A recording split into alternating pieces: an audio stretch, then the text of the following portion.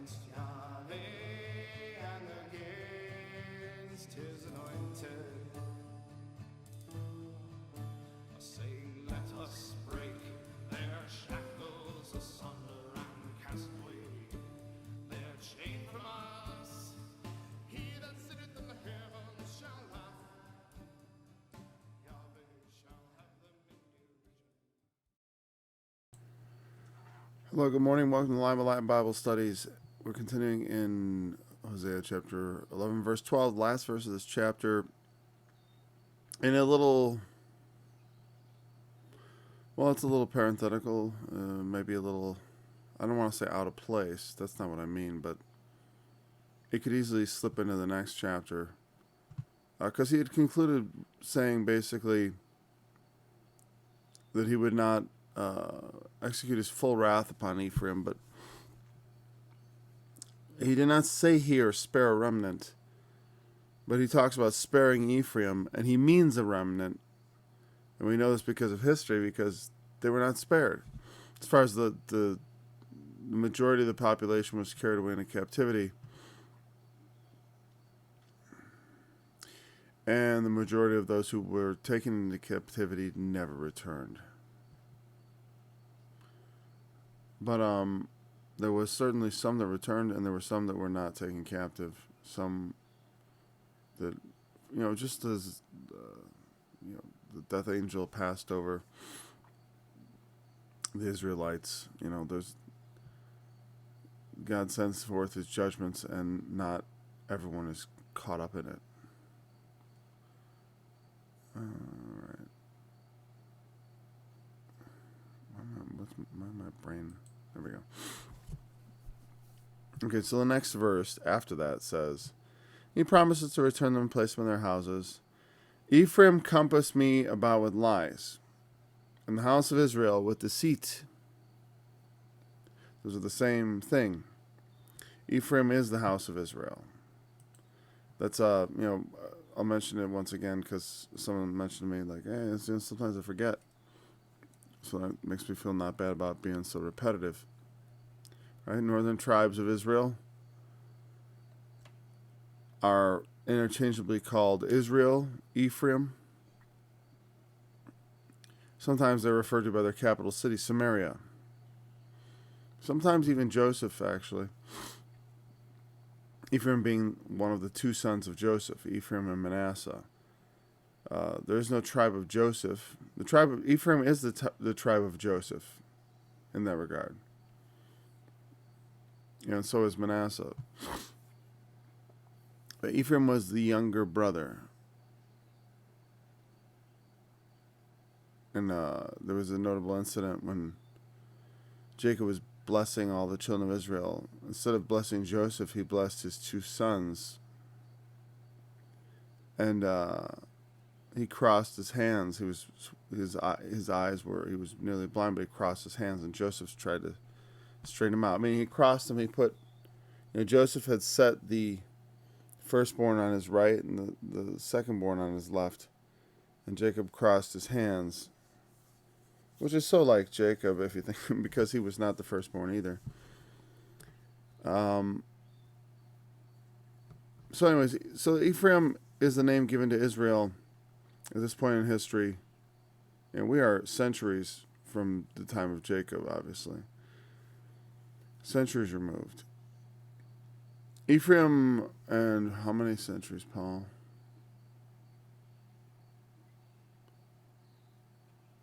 I forgot. I could find out. You want to know? Maybe I'll find out next time. Actually, because now I think about it, that's boring to watch me look it up. But many centuries. Let me put this. I know this is off the top of my head. I've never been a big dates guy, so you forgive me about this. But I do know that David reigned about 1000 BC.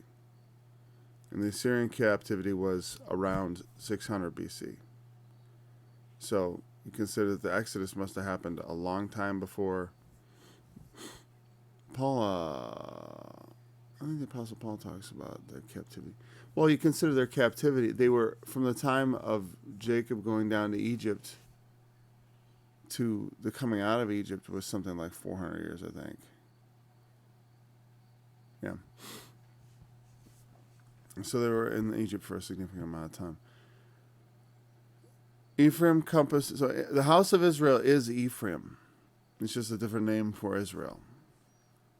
Just like, well, the house of Judah is also Israel technically, but because the kingdom split in half, the name was given to the leading tribe. It was Judah, because the king was the king of because David was of the tribe of Judah, and the kings of Israel at large, meaning David, Solomon, and that's it. Because after Solomon, the kingdom split. And there was a kingdom of Israel in the north, a kingdom of Judah in the south. Judah was ruled over by the sons of David, and Israel by a succession of, starting with Rehoboam. I don't think any of their lines continued beyond their grandson. Sorry, I'll mute this a second. Okay, so where'd my scripture go? Okay. So he's saying Ephraim and Israel are deceitful. How do they deceive God? Can you deceive God? Well, no. But we can certainly lie to God. And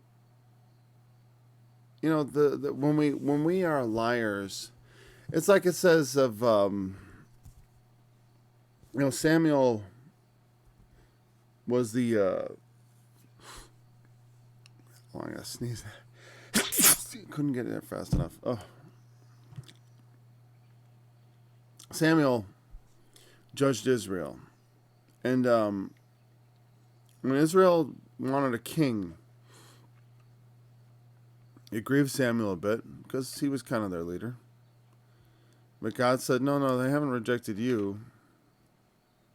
They've rejected me. They want a hereditary ruler. Samuel had no children. It's not that they weren't fine with Samuel, but they wanted a hereditary ruler to, like the nations round about them. It was like, this is what everyone else has. They all have kings. We want one. Yeah, so they haven't rejected you. They've rejected me. Hold on, sorry. And when in the incident with Ananias and Sapphira in the book of Acts, they sold a piece of land. And they brought a portion of the money to give to the church, which is fine. Except instead, because they didn't have to bring all of it, they could have given whatever they want. It was theirs to dispose of. In fact, that's what Peter says. It was in your power to do whatever you wanted with this money. Why have you lied? Because what they did is said, we sold a piece of land, and here's all the money. Because they wanted to raise their social standing in the church. And Peter says, you've lied to the Holy Ghost. Well, all of our deceit and lies could be said to be against God because he has to bear witness to everything. All our lies he has witness to. Some people don't witness our lies because they don't realize we're lying. They just think we're telling the truth, but God sees all. We're saying Ephraim and Israel are liars. And he'll get into more detail actually in the next chapter. I'm not going to try to belabor that point because I'll let it speak for itself. It talks about deceitful balances, which means deceitful weights and measures and all that. We'll get into the specifics because I do think this verse is introductory to the next chapter. It might even have served to be verse 1 of chapter 12 a little better than verse 12 of chapter 11. Yet Judah ruleth with God and is faithful with the saints. A lot of the lies were national in character also.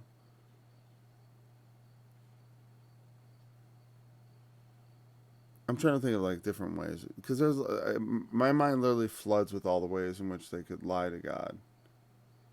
Their whole idolatry is a lie. The whole nature of the practice. Maybe people make vows, People swear before the Lord. I swear before the Lord. But because they don't believe, they just don't fulfill their vows. They swear falsely, and they do it in his name. That's definitely compassing God with lies. Because it is connected to the rulership here. Judah rules with God. Meaning, I think that God is in his rule. He rules and God is with him. Is faithful with the saints, with the holy ones.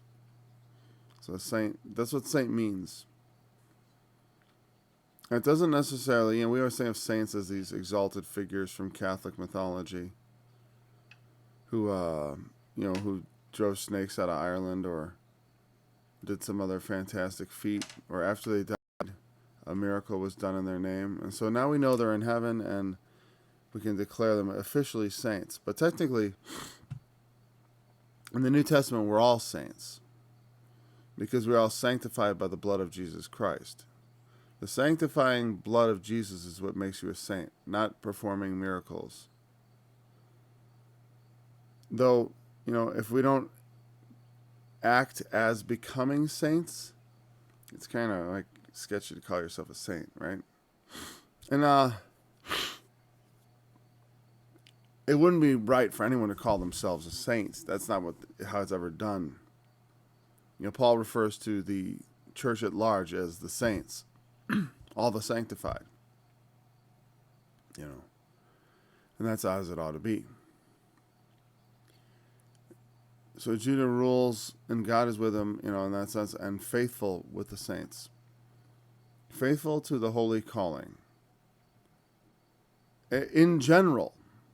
Because I tell you, Judah doesn't just pick up idolatry in a day. It's just they are not as bad. That's because God is gracious. This pronouncement of Hosea is more of a by comparison. Because they still had high places. When after the Assyrian captivity, I forgot, it's within 200 years comes the Babylonian captivity. And in that time, I guess that is a good amount of time. But that isn't just Judah just picked up all this bad habits in that time. You read the Chronicles of the Kings of Israel and Judah, you see that the people went astray quite a bit. Though, depending on the king,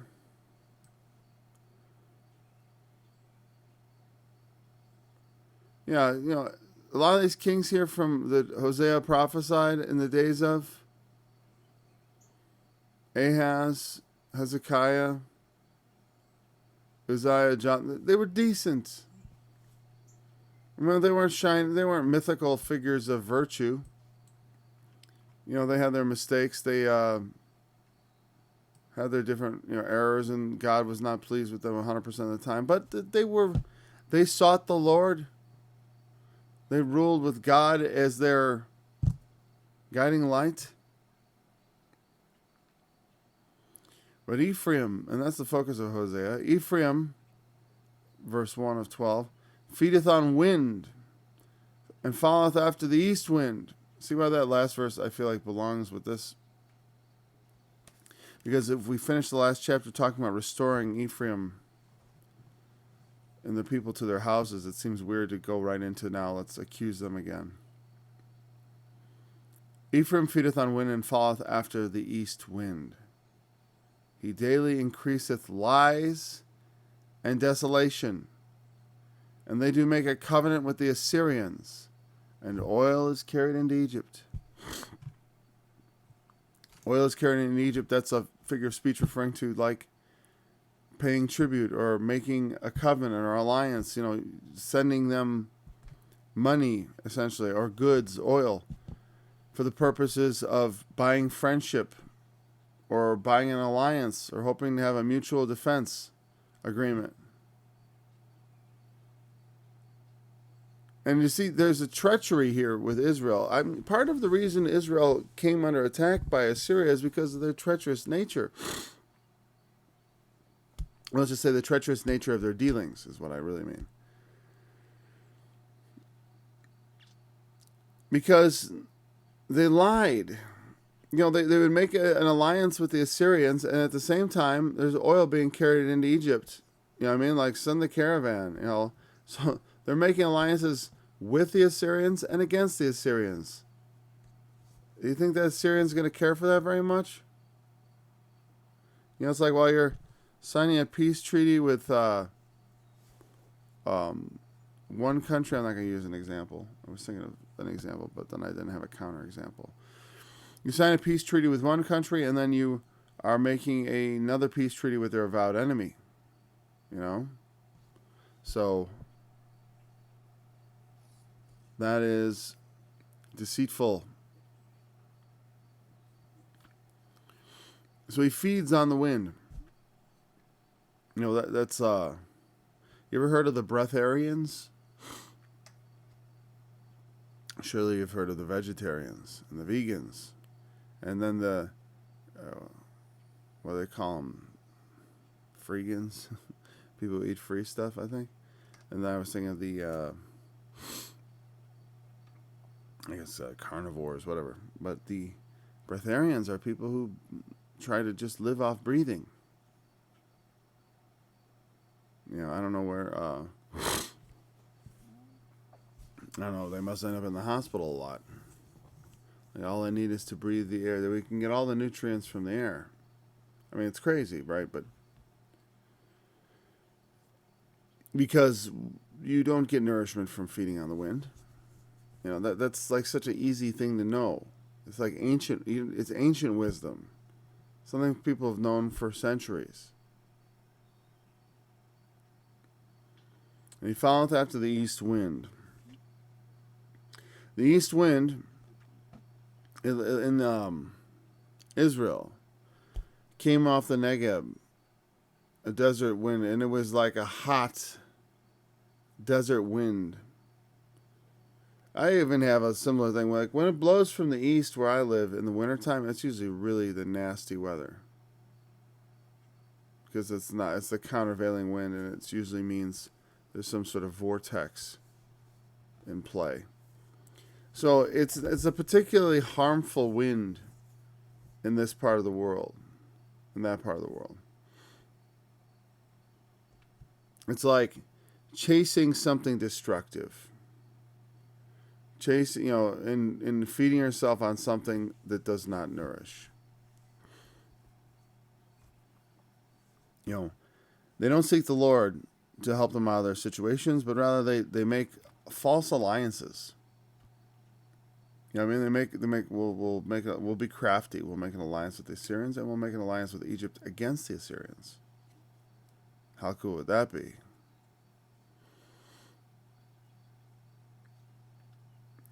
And they increase lies and desolation.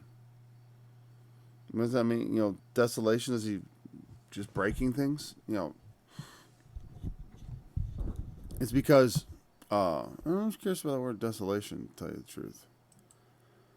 Just curious what it is in Hebrew. And I'll, just for fun, just because it's boring to watch me do things that you can't see. There we go. I have no reason to check this word other than just curiosity. And now, okay. Showed. Okay. I've heard this. Violence, havoc, devastation, ruin. Fine. Showed. I think they call the Holocaust the Shav, which is similar sounding, isn't it? But it's not the same.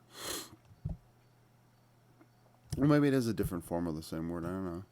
I'm not an expert on Hebrew. I feel like I know a tiny little bit about Greek, and I know a tiny, like, a fraction of that when it comes to Hebrew. Let's just say that. Even though I get books to study it at some point. I thought I would try to make a study of it, but it's just, I'm not gifted with languages, and meaning other than my own native tongue. And it's hard because it's a different alphabet with weird no vowels and then vowel points. It's very difficult. It's an ancient language unrelated to English. I had trouble with Spanish and German. you know, which I had a lot of, oh, das Buch, book. Well, that's real hard, There's some weird things, but for the most part, it was related in structure in a lot of ways. It was related too. So, when he increases desolation, meaning, I think that it's connected to the lies. It's because when we lie, especially the grievous lies that we tell, there's a price to pay ultimately for those lies. And it comes down on you when you least desire it to come down. So they told lies to the Assyrians, they told lies to the Egyptians, and by doing so, they sort of increased everyone's anger against them. And the desolation that they're going to undergo, the bad things that are going to come upon them. Verse 2, the Lord also has a controversy with Judah. I said Judah rules with God, but God still has issues with Judah. And will punish Jacob according to his ways, according to his doings will he recompense him. Now, Judah is often referred to as Jacob. The northern kingdom, which was called Israel, is often referred to as Ephraim and Israel, whereas the southern kingdom is often referred to as Judah or Jacob. Even though Israel and Jacob are the same person, because they are the same, they're all sons of Jacob anyways. For some reason, Judah gets the name Jacob as the natural name of his natural name. That's the name they get tagged with often. And so, he will punish Jacob according to his ways, according to his doings will he pay him back, recompense him.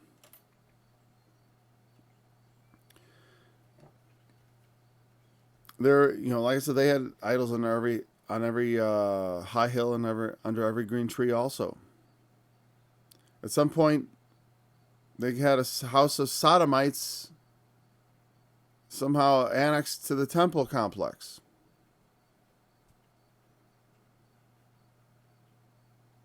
I mean, so, this is not all at once, but, it's interesting. He took his brother by the heel in the womb, and by his strength he had power with God. This refers to the actual events of Jacob's life. Jacob took his brother by the heel. That's his name means usurper, or I think it means usurper. I was going to say heel catcher, but somehow I think that's not right. But he took his brother by the heel, and he came out with his hand gripping his brother's heel. So he was a very tenacious person, even as an infant.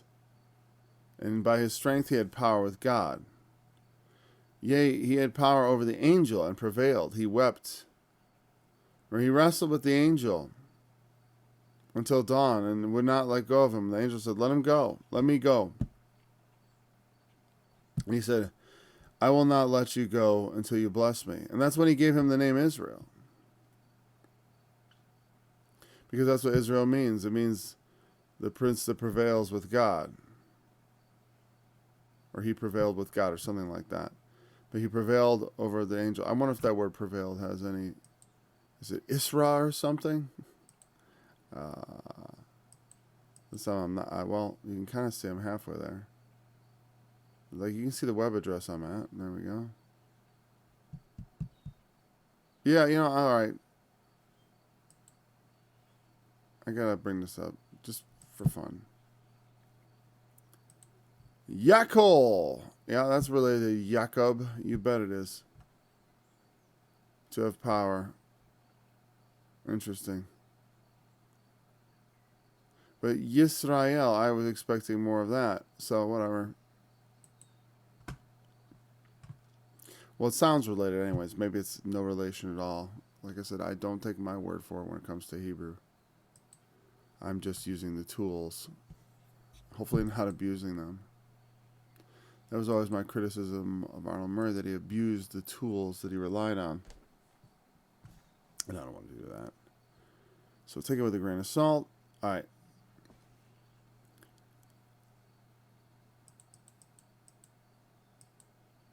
So God punishes, his threat is, we don't want God to deal with us, and this is an important thing to remember. We don't want God to deal with us on the basis of our works, according to our doings, according to our ways. We want God to deal with us on the basis, because if that's the basis, and that's the only basis, let's say, purely as I just want a fair shot, I just want a clean scale, let me just take all my doings with no prejudice, and you will come up short, and God will condemn you, no matter who you are. You will not be able to say, oh, well, and that all that adds up to everlasting life.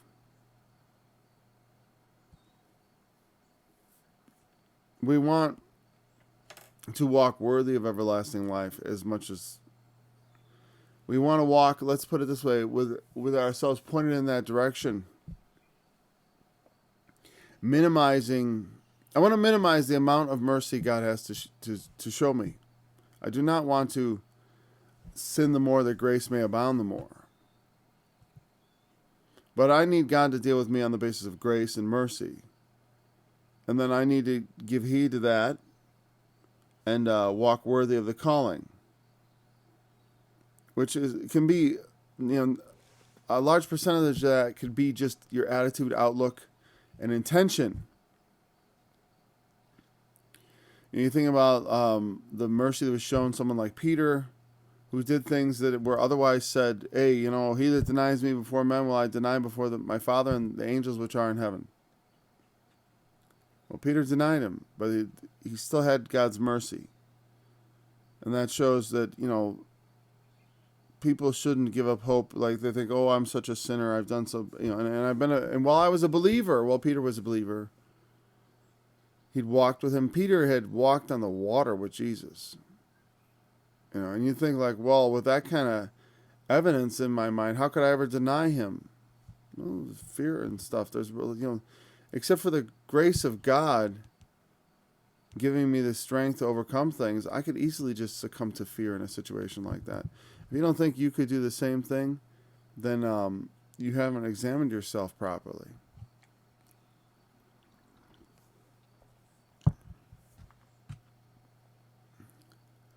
Jacob, I don't have the strength of Jacob to prevail with God and to take power with God and Paul, by his strength, he just sidled up next to God and grabbed a blessing from between his lips. That's certainly not me. But here it is Jacob, and he's saying, you were powerful with God. Well, you're going to answer for it in a sense of like, I expect that zeal to continue. It's one thing you look at someone pathetic and weak, and who hasn't much strength. You're going to put it, it's just like with the parable of talents. The one who was given 2 talents, it was expected that he would bear fruit, that he would be fruitful in his business dealings, that he would have increase. But not to the same degree as someone who was given 5 talents. And so Jacob, he had power with God. To whom, and that in and of itself is something God gives a man. In his birth, in his nativity, in the way he's knit together in the womb.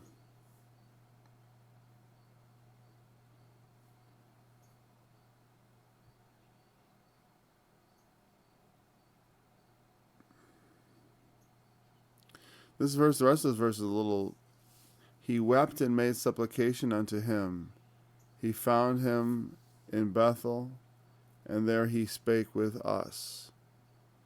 Now that's such an odd bunch of pronouns. Even the Lord God of hosts, the Lord is his memorial.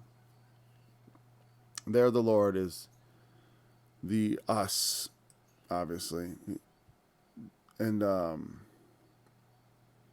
some people use that as like, some of these times when it says, let us make God, let us make man in our image, they'll make it a Trinitarian configuration. And it certainly doesn't, I got no problem with that, if that's the way you like to do that. I tend to think that, like, I have a friend who is really good at bringing out passages that have a sort of Trinitarian bent in the Old Testament. But I would say that to some degree, though there's definitely like this sort of plurality to God, even in the Old Testament, it's not as clearly taught as it is in the New Testament. You can, and that's manifest in the fact that it doesn't leap out at you the way it does in the New Testament. You can go find passages and say, this certainly speaks to the idea of God is one God, but he is also has like this. What do we call it?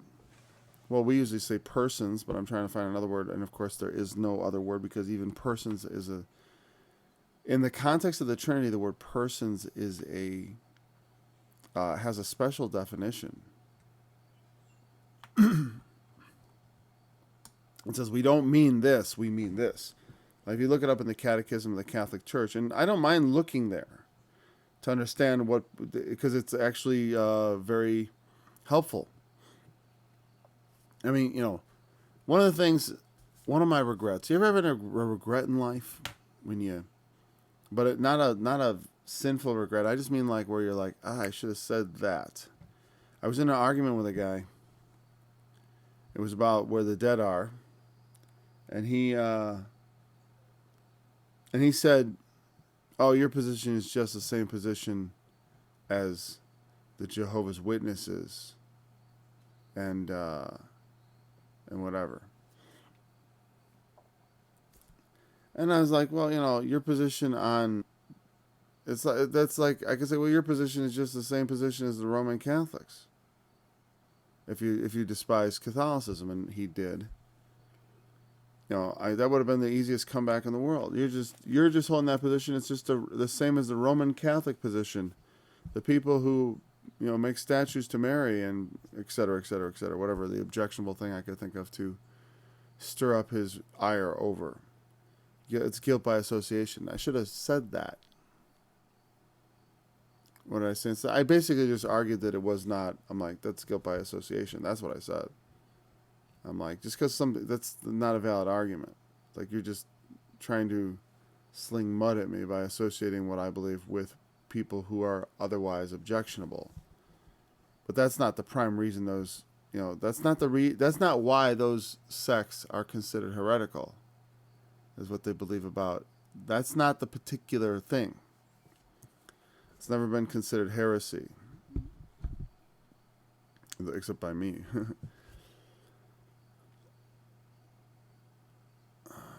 Okay, so I'm going to look at this just real quick. Let's look at some varying translations of this verse. I want to see what they say. I'm just having trouble finding. I think my brain is on slow today. Okay. We don't want that anymore. We want to go back. Here we are.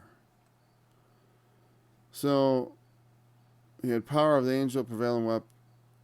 Verse 4. Let's try. Which will we try?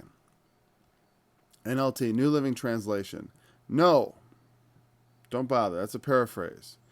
You know what paraphrases are good for? It's when you're 19, you have no one to teach you the Bible, and you just want to read it. And the New Living Translation, I guess, is a little better than the Living Bible. But when I was 19, I had two Bibles. I had the King James, and I had the book, which was the Living Bible, which is a paraphrase. I remember I couldn't make heads or tails of the King James. I don't think it was the language. It was because I was trying to read Isaiah. And I went with the book instead. I went because it was an easy read. And I just read stuff. It was a lot easier to read. So if you've never read the Bible and you want to but the thing is, you can't take it as this is a lot Can't go very deep with that. It's good for the story parts of the Bible. It's like a Bible storybook. We'll try the English Standard Version. Though the New Living Translation is supposed to be better. It's like a sort of demented hybrid of the Living Bible and a translation. He strove with the angel and prevailed. He wept and sought his favor. He met God at Bethel. And there God spoke with us. Interesting.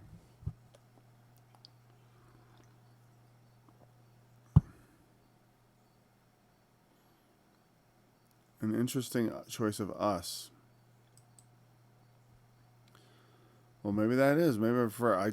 It's a weird us anyways, right? Let's see. That was the English Standard Version. What's the New American Standard Bible say about that? Let's see. This is one of those verses which is going to be... He wrestled with the angel and prevailed. He wept and sought his favor. He found him at Bethel, and there he spoke with us. They went with... This is... New American Standard, that's doubtless a translation. The English Standard Version, that's an interpretation. You can tell the difference. See that? Translation sounds a lot like the King James. It's ambiguous, because the original is ambiguous.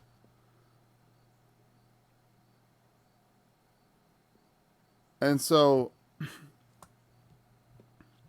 But you think about the structure. He wrestled with the angel and prevailed. He wept and sought his favor. He found him at Bethel, and there he spoke with us.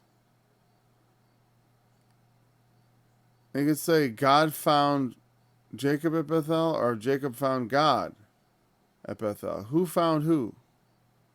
I mean, I like to think of God as finding me, right? And that's the way I like God found me. But Jacob went there and said, this is God's house. And there God spoke with us, maybe. I don't know. We could take it either way. The reason we're going here is not to find... I'm not... Let's try the American Standard Version. And then we'll try one last one. The Devil's Own Translation. The NIV. Yea, he had power over the angel and prevailed and wept. And made supplication unto him. He found him at Bethel, and there he spake with us. Yet another translation, a little ambiguous. Though I get the sense that the us is probably Hosea speaking of himself included as collectively with Israel, though it's never been spoken that way the whole book. Neither has God been referred to as us the whole book, so it's a little bit of a coin toss in that regard. Where's my good old NIV? And I only call it the Devil's Translation somewhat facetiously because it's the one that the King James only people really hate. I don't hate it, but I do think you need to be very careful with it. It is not without reason that they hate this translation, okay? Because it's not a translation, it's an interpretation. He struggled with the angel and overcame him. He wept and begged his favor. He found him at Bethel and talked with him there. Now that's interesting. Now see, that is... I almost prefer the English Standard Version where they just said God. You know? Because here they took out the plural. The plural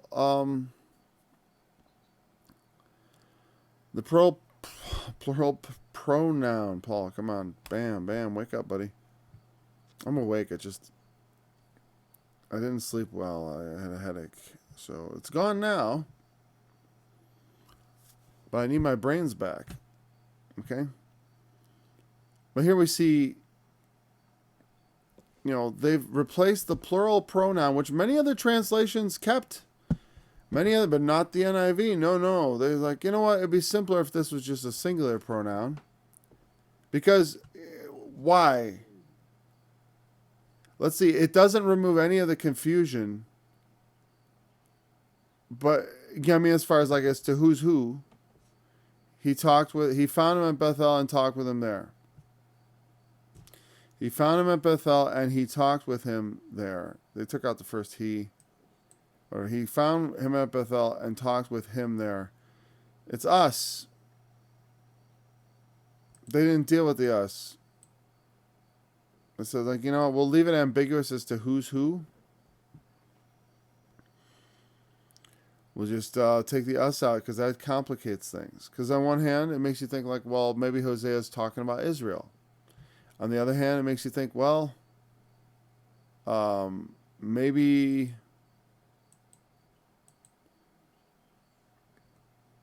it's God referring to himself in the regal we. It's not unheard of. You know what I mean? You don't even have to have the Trinity, like the Jews deal with it somehow in Genesis. Let us make God in our image. Let us make man in our image. There's a slip. Let us make man in our image and after our likeness. Who's the us? Who's the plural? There's a lot of ways they interpret that. Oh, it's the Trinity. Oh, it's a regal we. But there's interpretations.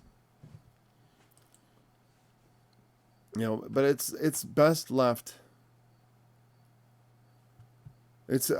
I believe that interpretations should be made at the time of teaching, not at the time of translation. Because you shouldn't teach with your translation. You should leave the verse mysterious, because as mysterious as it is in Hebrew. And then that person will be forced to go to his pastor, God forbid, and ask him a question. Of course, you go to your pastor, he might just tell you, oh, it's all religion, it doesn't matter. It's just religion. It's just my way of life. That was something someone said they slipped. They said that to my wife when she was a young lass. She said, why, Katie, don't take it so seriously. It's just religion. She had questions. And the young seminary student didn't want to answer them. So, I don't know. Why do them a favor? Why remove, there's nothing mysterious here. What meaneth this? What's wrong with that? What's wrong with having questions? What's wrong with having verses? I don't get that verse. Oh, God, well, I guess I can't just keep reading on. I got to read through my Bible this year. I got to read through the Bible in 1 year program. I want to read through my Bible so I can put that on my bucket list. So I can say I at least did it once. There's sections of the Bible that I may never read again. I don't think I have to return. I might brush up. Like the story of Ruth. I don't know. I know the story. Basically, there was a woman, Naomi, and I read this like ancient. It's like a read you might read if you're going into Samuel. Naomi, and she had a daughter-in-law, Ruth. The son died, and she goes back and she finds a husband for him in Israel, and this becomes like David's grandfather or whatever. It's a lot about the kinsmen and stuff like that. It's definitely worth reading, but it's not something I feel like I got to bring out a lot of gems of wisdom from. I'm not slamming it. I'm just saying it's a historical and it's an interesting piece of cultural. It tells you a lot about the way things were, the way they, marriage and all that at that time. I picked Ruth because I could pick other books but actually I do think I will go through Numbers again at some point.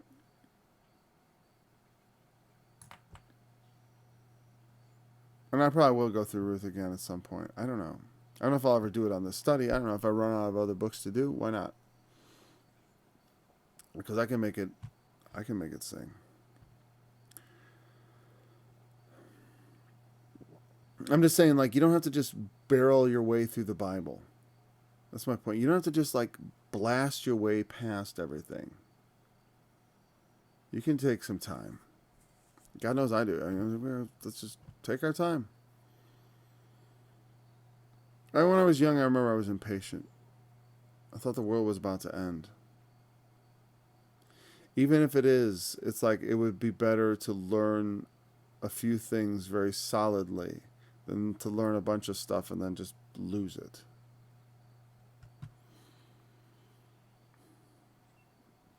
So, interpretations. He had power of the angel and prevailed. He wept and made supplication to him. He found him in Bethel. That's kind of, I guess, why is my brain wanting to think like the angel saying, let me go, is the weeping part. Let me go. Jacob prevailed. Let me go. And you could think Jacob saying, I won't let you go till you bless me. I don't remember if Jacob wept at Bethel, or did the angel weep? So, that's why I have two thoughts on that as I read it. It's funny because as a teacher, it's like I feel this sort of, I have this instinct of protect Bible, protect God, right? And so I have interpretations like that. Was the angel weeping or was Jacob weeping? And one seems treacherous to say the angel wept. And, not in a, like in a sense of like, let me go, I've got to go. He made supplication.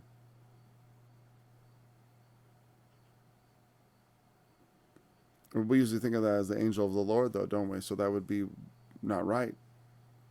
Like he wrestled with the angel of the Lord, like the actual angel of the Lord, who we often presume to be the pre-incarnate Christ.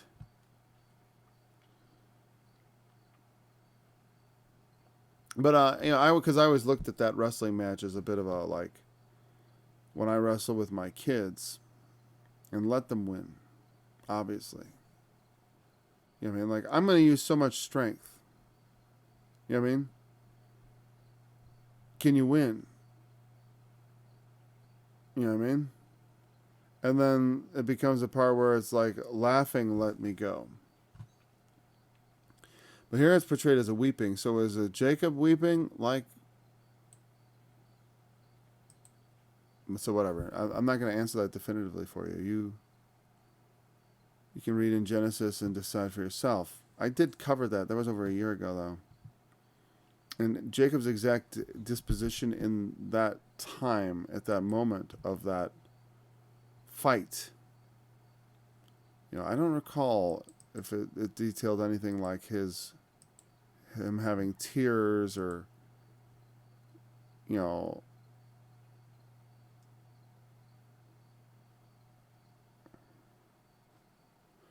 And so here we go. I'm like looking. Jacob went on his journey. I just want to find it. There we go. Rachel. I think it was. Is it Genesis 28? Yeah. Let's see. Genesis 28.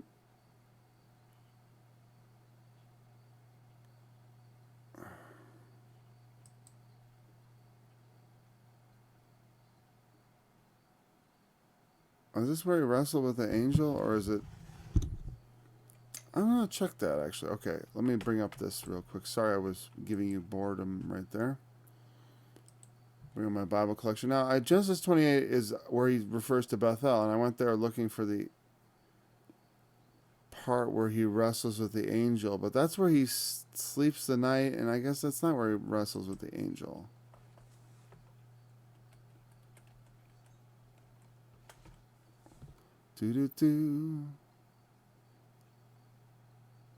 Oh, so when he goes to Bethel the first time, he doesn't wrestle with the angel. He sees the Jacob's ladder, essentially. Okay, no wonder. I haven't been to this passage in a while. So he was left alone, and a man wrestled with him to the breaking of the dawn. And when he saw that he prevailed not against him, he touched the hollow of his thigh, and the hollow of Jacob's thigh was out of joint, as he wrestled with him. And he said, let me go, for the day breaketh. And he said, I will not let thee go, except thou bless me. He said, what is your name? He said, Jacob. Thy name shall be no more called Jacob, but Israel. For as a prince hast thou power with God and with men, and hast prevailed. And he says, tell me, I pray thee, thy name. And he said, wherefore is it that thou dost ask after my name? And he blessed him there. Why do you ask my name? A little mysterious. So this was not on Bethel. Or was it? Let's see. He called it Peniel.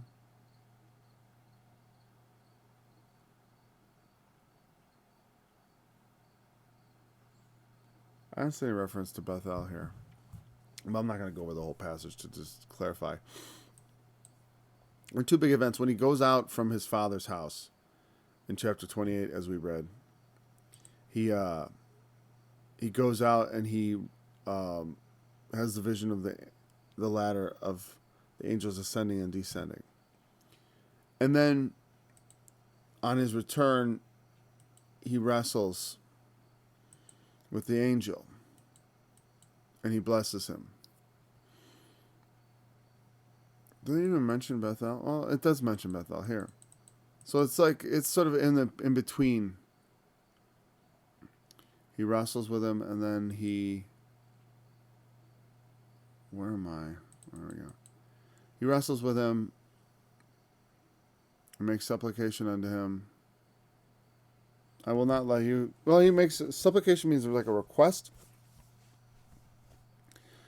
So you could look at either side as making a request, but Jacob asked to be blessed, so that would be more properly characterized as a supplication. I won't let you go until you bless me. Bless me.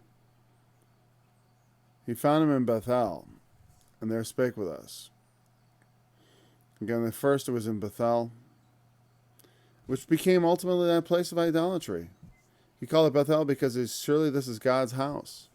He slept on the mountain, with his head on a rock for a pillow. And that rock became very famous, at least in Anglo-Israelite lore, as the stone of Jacob, the pillar of Jacob, the anointing stone of the Israelite kings. I don't know if there's any truth to that at all.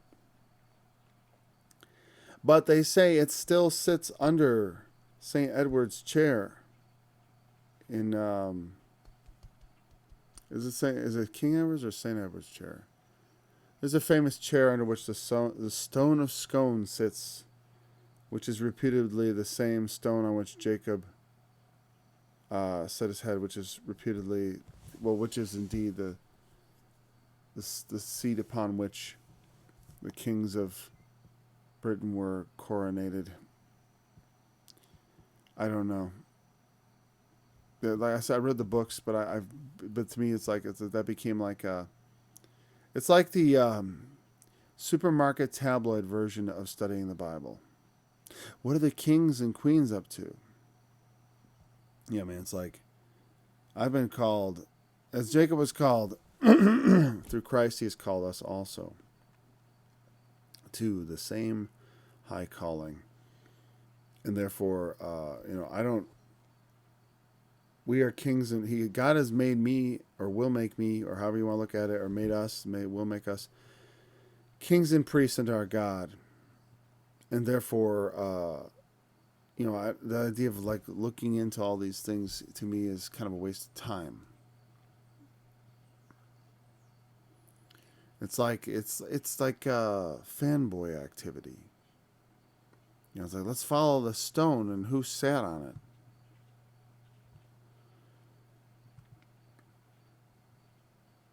So there God spake with us, or there we spake with God, either way. The Lord of God of hosts, the Lord is his memorial. God refers to himself as the Lord of hosts, the Lord of armies. In the book of Revelation, it says, when Jesus comes, it goes, and the armies which were in heaven followed him on white horses, clothed in fine linen, white and clean. So God has his own armies. And also he governs the armies of the world. He can set them against each other. He can set them against Israel. He can turn them back. He has his heavenly host, and he is God of hosts. He can, he is over all the people. The Lord is his memorial. What's that mean? Well, it's his name. This is, in Hebrew, this would be the proper name of God. Though, you will never, I remember when I was young, I tried to figure out the name of God, I went to the Hebrew and I tried to transliterate it from the Hebrew. Yahovah. And I was like, sounds like Jehovah. And it's like, yeah, because that's where Jehovah comes from. Because remember the original Hebrew did not have any vowels. And so the vowels were supplied by scribes later on. And when it came to the name of God, they were specifically misleading.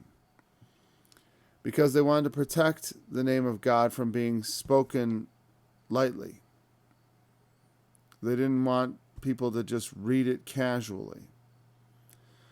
So when they pointed when they added the vowel points, the vowel points are like these little marks in Hebrew. What they did is, instead of creating vowels to insert into their language, it would have like the name of God would be YHVH, right? And then they would insert these little marks, like a little upside down hat, a little squiggly line, 2 little dots above and beneath the letters to indicate vowel sounds, as a vowel pointing is.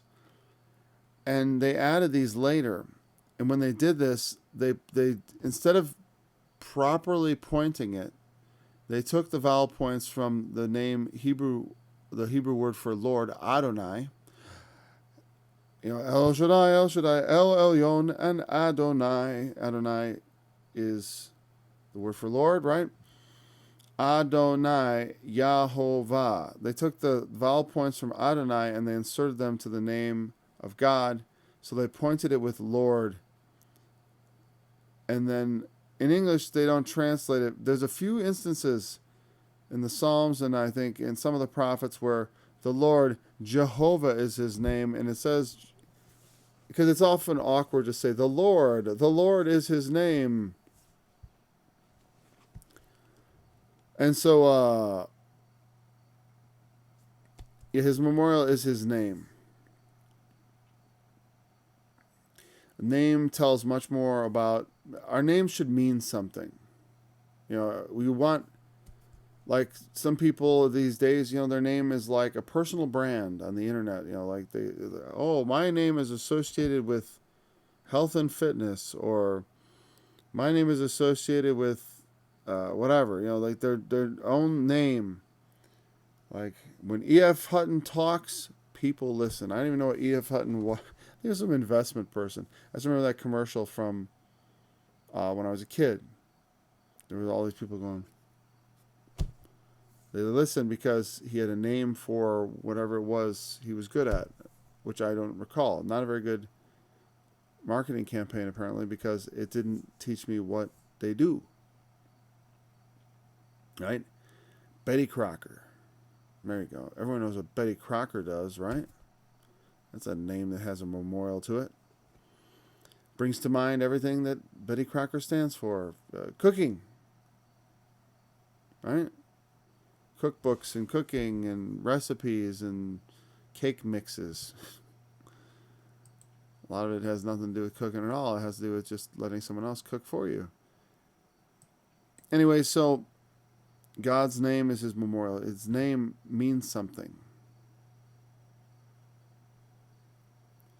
Therefore, turn thou to thy God, keep mercy and judgment, and wait on thy God continually. I would have ended sooner. I would have gone farther, but we have to include this verse in today's study, right? Because this is the conclusion. So what is this all saying? Like saying, Jacob took his brother by the heel. He wrestled with God. He saw the angels ascending and descending on the staircase at Bethel. He talked with God. He supplicated to God. He asked him to bless him. All this was made. Jacob tried so hard to gain the blessing. And look at what happened. Of him a great nation, a multitude of nations. Israel and all the tribes thereof came forth. And God wants to keep faith with Jacob. And he will keep faith with Jacob. In fact, Look at the Jews persist to this day. You know? God has kept faith with his covenant with Israel. As far as he did not erase Israel, whether it be by the Assyrians, by the Babylonians, the Germans. You know, many attempts to, well, though the Assyrians weren't overtly trying to wipe them out, but it could have destroyed them as a nation forever. I mean, just many nations in the history of the world have perished. Where are the Hittites? Where are the Etruscans? You know what I mean? There are many nations bigger than Israel. The Hittites were huge compared to Israel. It's not that they have no identity as a people. There's no people, oh, I'm a Hittite. No, nobody. Their DNA is probably wandering around, but that's not the same. You can find, I'm sure, you know, it's just like, you know, people will take DNA tests and they got like some little piece, tiny little chunk of Indian or Native American, I should say. Because otherwise it's confusing. Since we have an India, it is really kind of ridiculous to keep calling them Indians after we found out that it wasn't India, but we did it for centuries, which is funny in a way. I hope you can laugh along. I mean, I was like, you should be able to laugh at that because that's kind of funny.